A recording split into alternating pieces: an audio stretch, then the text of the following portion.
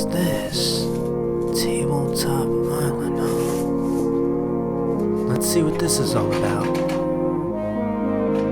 Welcome to Tabletop Island. I'm Bernardo, your host, and today we're diving into the top 30 of the top 50 regular board game of all time. My list, of course. And again, if you haven't checked out my vintage board game list with my top 50 vintage board game list of all time, I'll leave a link in the description if that sounds like something that interests you. But without further ado, let's start with number 30, Adventurers Temple of Chalk. This is another game that is actually out of print. I do apologize. I really wish Fantasy Flight Games not only reprinted this game, but also continue with the series. There's another one called Pyramid of Horus, which I also own. I haven't played it yet, but I'm sure when I do, it will also be on this list. This game's awesome. I'm a big fan of the Indiana Jones theme, and you're going through a temple to get treasure to escape before crazy things happen to you. Different traps such as walls closing in on you, a boulder following you throughout the map, a bridge that's falling apart on you as you're going through it. There's so many great things that are thematic to this style of game, which is the adventure kind of series here, but I absolutely love it, and it's on this list for that very reason. I don't recommend paying a very high price point, so if you can find a good deal, I would say maybe $30 is the max I'd pay on this because the component quality is phenomenal. Outside of that, I don't recommend playing the high price point, so do yourself a favor, try to find a good deal on this if this sounds like the kind of game for you. But Adventurers Temple of Chalk, number 30. Number 29, Pyramid of Penguin. This is by Brain Games. There's another one that has an adventure theory kind of theme to it. I'm sorry, words are hard, but I don't own that one. I do own this one, and I very much enjoy it. It surprised me a lot. It is a family weight game, so essentially one player is playing the kind of mummified penguin, ooh, and the rest are regular penguins, which are moving around the board. Now, they are magnetic little penguin pieces that you're moving around to try to get different jewel items. The first penguin to get all of the items wins. If the mummy ends up capturing a certain amount of penguins before that, then the mummy wins, which how they capture you, because you're magnetic moving around a board that has kind of a metal shim on it, you're sticking to the board. The kind of mummified penguin is moving on the opposite side, which has a kind of opposing attraction magnet on it. So when it moves past your piece, it completely rotates it, which in that instance, he captures you. If he captures you a certain amount of times, depending on the number of players that you're playing with, the mummy wins. It is such a funny game. It has the board that kind of blocks you from being able to see where the mummy's at, where the mummy to see where you're at, but you also kind of know where the mummy's at because on the opposing side, it also has a mummy piece. The only difference is the mummy doesn't know where the other players are. So based on different jewels you're getting, it knows where those jewels are. So as you start to reveal jewels you're getting, it'll start to be able to narrow down where you are and potentially where you're headed. It's such a fantastically hilarious game. It's amazing family weight game. So if you have children, this is a game to take a look at. Pyramid of Penguin. And I'll have a link in the description where you can check out my review.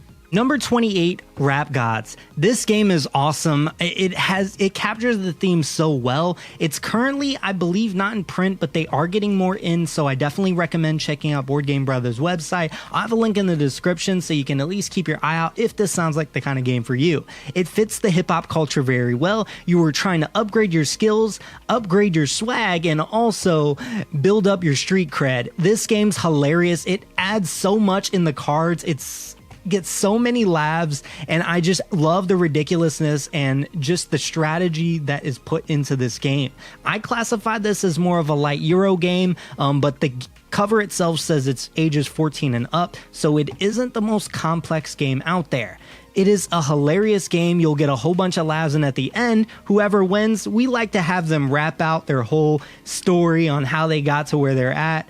We got individuals who aren't even into rap music absolutely falling all over this game because it's just such a ridiculous idea that it offers so much more than you would imagine for a game about rap, especially if you're not interested in rap music. But again, I'll have a link in the description where you can check out Board Game Brothers' website. I'll have a review out soon, and when I do, that will also be in the description as well. Number 27, Santorini. This is an abstract strategy game that looks absolutely gorgeous on the table. It has the Greece kind of Santorini area with the little marshmallow town. That's what I call it. I love that. And the theme is just awesome. You have these Greek gods who have different abilities depending on which one you play. You can play with or without the abilities. I think the game shines heavily when you do play with them.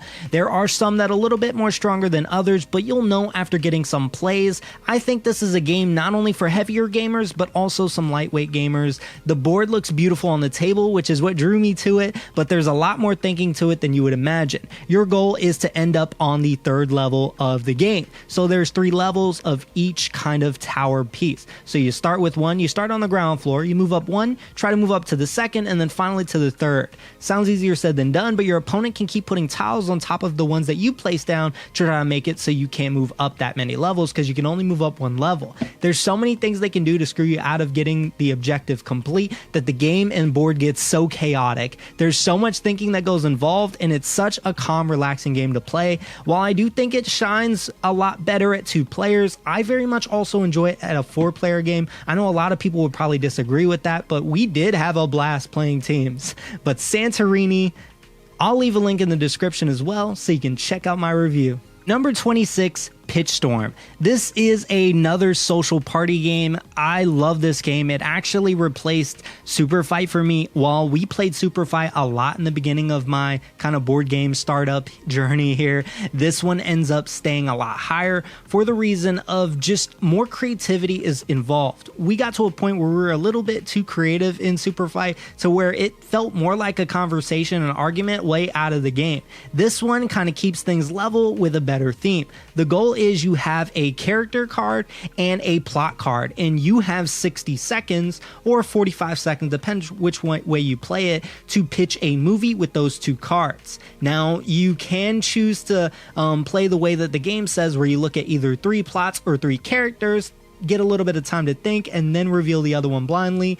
We got so great at this game that we prefer to do them both blindly, and it gets ridiculous. Some of the themes in different movies that have been pitched on our game nights are just legendary. I'm not the greatest at this game. We have players that are just absolutely absurd, and it's worth playing just to hear what they come up with.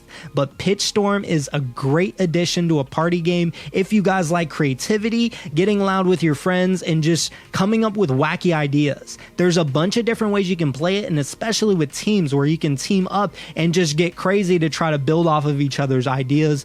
It gets great. Pitch Storm, if it sounds like the kind of game for you, I highly recommend it. Number 25, Luxor. I know Matt Wilkins is over there shedding a tear of joy seeing a Queen Games on my list, and this game is awesome. Essentially, you're moving through a temple to collect different jewels and different points. It is a point-based game, and I would consider this another kind of light Euro game, but this game is awesome. There's a lot of planning ahead that you do, and the reason being is because of the 5-card mechanism that they've incorporated in the game.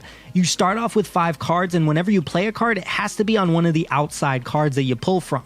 As you start to move through, you start to draw more cards, they go into the center of your hand. So you have to decide which side of your hand do you want it to start transitioning for and plan that many moves ahead. You have to get certain amount of characters and certain tiles by exact count to get a maximum amount of points, and you were trying to get to the mummy's tomb, and once the second tomb is collected, the game comes to its end, and the game gets so much better as time goes on. Again, I'll have a link in the description where you can check out my review if you're interested in more details to this game. But this game is awesome, so don't overlook it. And with the expansion, I hear it's that much better. I can't wait to get this to the table because it blew me away when I played it, and I didn't expect a whole lot from it.